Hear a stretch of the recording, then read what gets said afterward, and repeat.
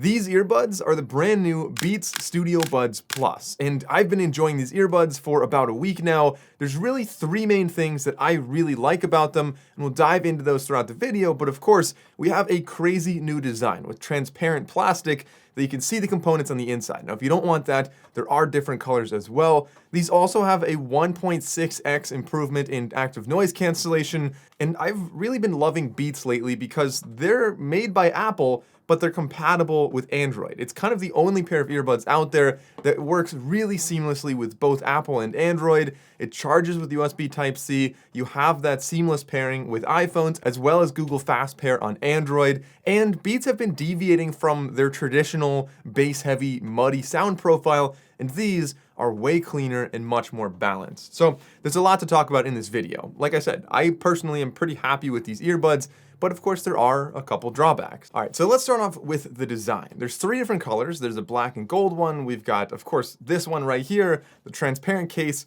And I mean, I don't know how else to say it. The transparent case is like nothing they've done before. Seriously, if you look at it, there's a lot of plastic parts on here and nothing is not transparent. So is there anything else that these would remind you of? Nothing? Well, regardless, I love the design. It feels like a prototype, which I've always really liked, and there's really nothing in the industry that looks like that, but it's clearly like a well-refined product, looks like a prototype. I love the design, and it feels a lot kind of like a, not as premium as an automatic watch, obviously, but the same idea that you can see the insides, you can see the design, and you appreciate more of the engineering behind it rather than being this opaque box of magic on the inside. Seeing what's in there is fun to look at. It's a great conversation starter, and it just feels like a nice, unique piece of engineering. And so I'm always a big fan of transparent designs. Now, obviously, I'm joking about how this looks a lot like the Nothing earbuds, in case you didn't pick up on that, and I don't think that's a bad thing. The case, of course, is nearly identical to the previous Beats Studio Buds with a kind of a pill shape, a little bit bigger than the AirPods case. And the earbuds themselves, once again, follow that same geometry as well, which I actually really do like. It's easy to pinch them on the outside. And this makes it, first of all, great when you're working out. If you ever have to adjust your earbuds, you can pinch it and twist them and get them where they need to be without pushing the button, which means you don't have any accidental play, pause controls while you're adjusting your earbuds. That, I think, is a great design. They're also really lightweight, really compact, and wearing them, like, they're just very, very comfortable. It's kind of the same geometry if you look at the inside here as the AirPods Pro, but of course this doesn't have the stem, which in my opinion looks a lot better. You can leave a comment and let me know if you think these look better or worse than AirPods, but for me, like I said, I like them a lot. Of course, the earbuds are also transparent, although from far away, they kind of just look like a light gray, which makes them also more subtle. They don't look like cotton balls in your ear like the white ones might. Now, these are slightly different than the previous Beats Studio Buds in that I find they're a little bit more comfortable and they stay in my ears a little bit better. Maybe that's just me. Everybody has different ear geometry, obviously, but for me, the left earbud for the AirPods as well as for the older Beats would always work its way out, especially without a wingtip. And these, I find, the problem, like, it's still there slightly, but they stay in substantially better. I went for a run the other day, and while I did have to adjust it occasionally, it never fell out of my ear. It just kind of came loose a little bit. So I wish they had a wingtip. I'm sure there's a way to buy a third-party like piece of silicone that would act as a wingtip, but for most people, I think that these are going to be very comfortable and very secure. They are going to be probably a great choice for working out. They're IPX4 water resistant, great for sweating, great for rain, whatever. And they have a physical button, which means if your hands are wet or if it's cold out or you're wearing gloves or whatever, you can still control the earbuds, unlike most other capacitive touch sensors, which don't work in those conditions. And the button is another thing they improved on these earbuds. It requires really the perfect amount of force, in my opinion. So there's not any accidental touches. There's also, you don't have to like slam it. There's no big clicking. It's really a seamless experience with that button. But that brings me into the first drawback with these earbuds. There's not a whole lot you can customize with those button controls on these earbuds. And the next drawback is that while the case charges with USB Type-C, and I'm very happy about that, it doesn't seem to have wireless charging. At least I wasn't seeing wireless charging on here, and looking at the back, I don't see a wireless charging coil in there. So I think it's safe to say that these don't have wireless charging, which kind of hurts me to say. These are selling for $169, which is a relatively low price compared to a lot of other Apple products like the AirPods Pro, the Beats Fit Pro, like AirPods Max. There's a lot of other more expensive earbuds kind of in this category, but for $169, I was still expecting wireless charging. They are, however, getting a pretty solid battery life. It's like upwards of 30 something hours, but assuming you have active noise cancellation on, which, let's be honest, we pretty much all do, you're getting 6 hours in the earbuds and 24 hours when you include the case. But that's all just based on the physical design. The microphone, the active noise cancellation, and the sound quality are all very important features. So let's actually get into that now. All right, so getting into a microphone test. These are the Beats Studio Buds Plus. Obviously, I'm sitting inside in a studio. So let me know what this sounds like. If I'm on a phone call, it would probably sound something like this. I'm recording through my Android phone, the Google Pixel actually. So let's go outside and see what it sounds like in a noisier environment. Maybe if you're walking the sidewalk near a road. Let's see if you can hear what I'm saying. All right, so this is a microphone test by a busy road. Obviously, there's a lot of traffic behind me, and there's also some wind too. So this is the microphone in the Beats Studio Buds Plus. Let me know what do you think of this. Now, when it comes to the sound quality, you're not looking at any really high-end codecs on here, which is to be expected of a pair of Beats at this price.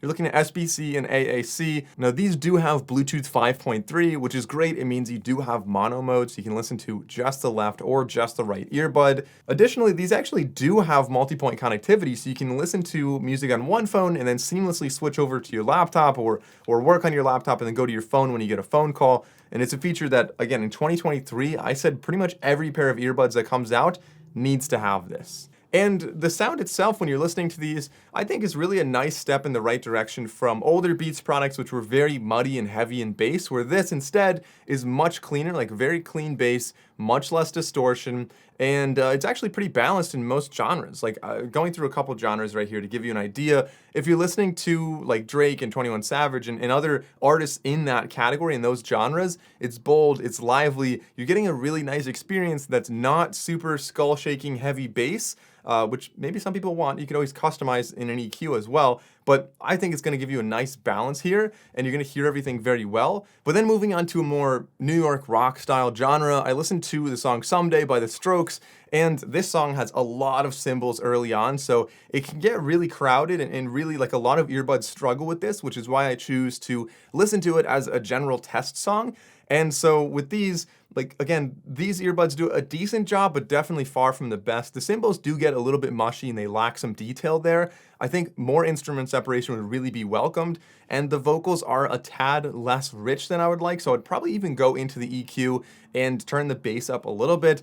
But moving on to a more country style, I guess he's technically bluegrass, or maybe he's a jam band. No one really knows what he is. Billy Strings has a lot of acoustic guitar and also really fast moving acoustic guitar. So if you listen to his song Know It All, it sounds really nice. It sounds balanced. You're getting the warm, rich guitar in there. And I hear pretty much everything I wanted to, so I'm happy with the price. Of course, once again, not getting the extreme low-level detail you would from like a Sennheiser pair of earbuds, but these are Beats, and for what they are, I think they sound really good. I'm happy with that. Moving on to the active noise cancellation, these claim to have 1.6 times better active noise cancellation, or more effective active noise cancellation than before, so I tested that. The active noise cancellation on the Beats Studio Buds Plus was actually really impressive. So I run this test where I play white noise at a set distance away, and I see at what level the earbuds are no longer able to block that sound. So on this chart here, you can see some of my favorite earbuds out there, and they actually scored 52.5 on my test, which ranks them among the top 5 best active noise canceling earbuds. I was really impressed. For $169, I did not expect that. As far as software and compatibility goes, one of the biggest things I've always really liked about Beats earbuds and headphones is that they're very compatible with both Apple and with Android. So, I mean, Sennheiser, Bose, like there's a lot of companies that work with both, but this is owned by Apple, so it works a little bit deeper with the Apple ecosystem. Just by opening the case, you'll get the pop-up on the bottom. You can pair seamlessly. Granted, that's like, it saves you maybe 10 or 15 seconds, but still, it's nice to be integrated into that. In addition, if you swipe down on your iPhone and you just tap and hold on the volume slider, you can change more settings, like controlling, for example, the active noise cancellation versus transparency mode, But on Androids, you also get a similar advantage. Just by opening your earbuds, it'll pop up on the bottom. It also works with Find My Devices on Android, so you're getting nice support on both sides, and I wish more Apple products came out and did this. Like, it's just so nice to see that. The transparency mode on these was honestly very impressive as well. For $169, I don't see a lot of earbuds sounding quite this good. It makes sense because they have 6 upgraded microphones on board, and I'm sure their algorithms have also really improved.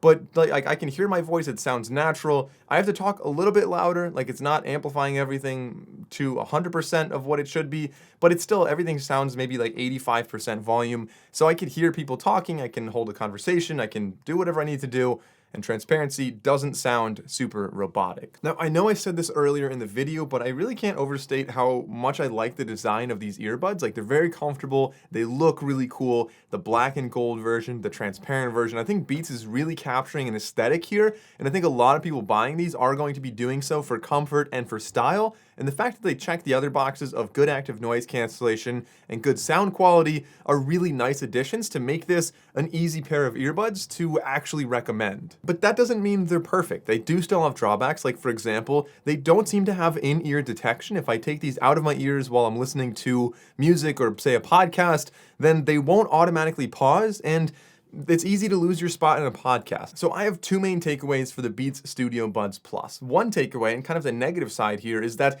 I don't think they should be called Beats Studio Buds. I think studio is kind of misleading there in that these aren't really going to be high resolution, great audio quality earbuds. They're great for working out, but I wouldn't listen to these and in any way say they're an audiophile pair of earbuds. Now on the flip side, one of the things I really like about Beats is the style of them. I love the design of Beats. They look nice, they feel really nice, and they're tied in really well with some strong marketing. A lot of pro athletes use these, the NBA wears them. Like, a lot of people are using Beats, and they're just a cool pair of earbuds, which is why I think a lot of people would like to buy them. But in general, the Beats Studio Buds Plus get a good score from me. I like how they sound. I like a lot of the features of them. If you liked the previous Beats Studio Buds, these are an incremental improvement, but still missing a couple things, like wireless charging.